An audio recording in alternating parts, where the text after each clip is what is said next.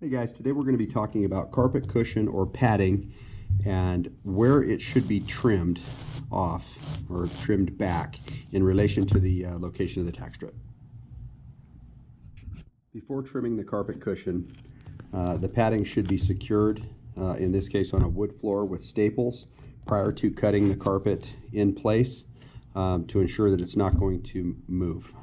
Some guys will cut their padding first and then they run around with their stapler, but by walking on the pad they could start out with it like this. Next thing you know, it's like this as they run around with their stapler. So it's a good idea to staple it first. It's not required, but is very helpful in making sure that you maintain the correct spacing between the padding and that front edge of the tack strip.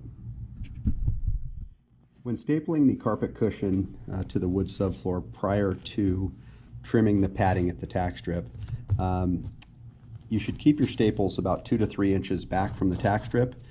Getting the staples too close, you could end up with staples in the edge of the tack strip, causing you to go through several blades by hitting those staples with your knife and dulling the blade.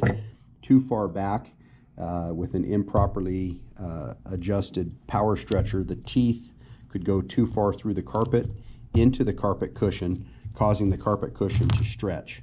In that case, it would end up pulling this edge of the padding up over the tack strip.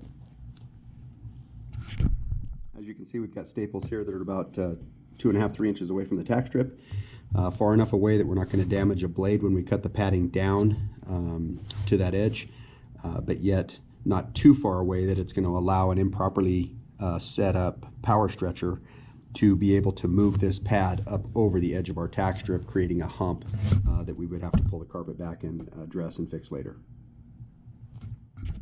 So what's the proper distance that padding should be cut away from tack strip?